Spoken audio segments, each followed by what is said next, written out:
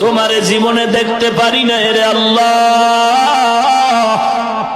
তোমার নবীরেও দেখতে পারি নাই রে আল্লাহ। আলেমদের কথা শুনে নবীর আদর্শের টুপি পরলাম, দাড়ি রাখলাম, লম্বা জামা পরলাম। কত মানুষ টুপিওয়ালা বলে গালি দেয়, তারপরও টুপি ফালাই না। কত মানুষ দাড়িওয়ালা বলে গালি দেয়, দাড়ি ফালাই না। কত মানুষ লম্বা জামা পরার কারণে বাঁকা নজরে তাকায়, তারপরও ফালাই না। ও আল্লাহ, নবীর আদর্শের টুপি দাড়ি এত সুন্দর,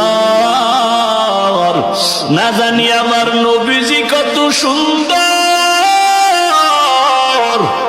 ও আল্লাহ, ওই নবীরও দেখতে পারি নাই। ও মালিক, এত কষ্ট করে সংসার চালাই, কতদিন যায়, সবার ঘরের চুলায় আগুন জ্বলে, আমার ঘরের চুলায় আগুন জ্বলে না। এমনও ঈদের দিন গেছে, সব সন্তানেরা নতুন জামা কাপড় পরে ঘুরে। আমি এমন গরিব, আমার সন্তানের ঈদের সময় একটা ভালো জামা কাপড় কিনে দিতে পারি না। এই প্রচন্ড ঠান্ডার ভিতরে কত ঘরের বাচ্চাগুলো কত সুন্দর শীতের পোশাক পরিয়া চলে। এমনও গরিব আছে রে বাবা, একটা ভালো পোশাক কিনার টাকাও নাই, একটা কম্বল কিনারও টাকা নাই রে বাবা।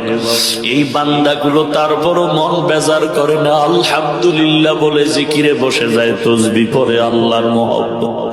এরে নবীর উম্মতের দল। ইমাম সাহেব ডাক দিয়া বলে, রে যুবক, আমার মাওলার মতো দয়াময় আর কেউ নাই।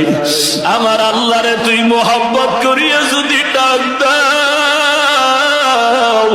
ওরে সন্তান যখন আব্বাকে আব্বা বলে ডাক দেয়, বাবার কলিজা ঠান্ডা হয়ে যায়।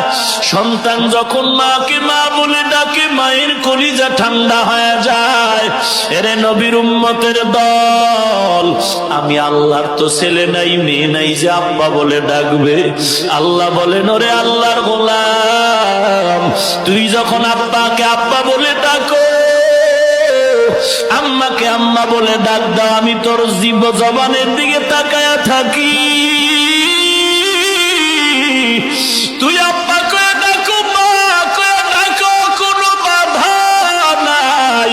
তবে আমি চাই তুই ফাঁকে ফাঁকে একবার আল্লাহ কয়ে ডাক দিবি। তোর একটা ডাক আমি শুনবার ইচ্ছা করি।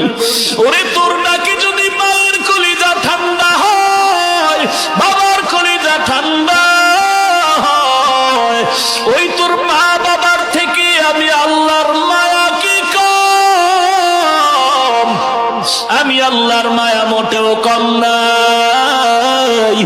অন্তর ভরে একবার আল্লাহ বলে ডাক দিয়ে দাও, আমি আল্লাহ তোর ডাকে এত খুশি। ও দয়ার আল্লাহ, ও দয়ার আল্লাহ, কুদরতের নজর দিয়ে দেখো এই ময়দানের মানুষগুলো কি চায়।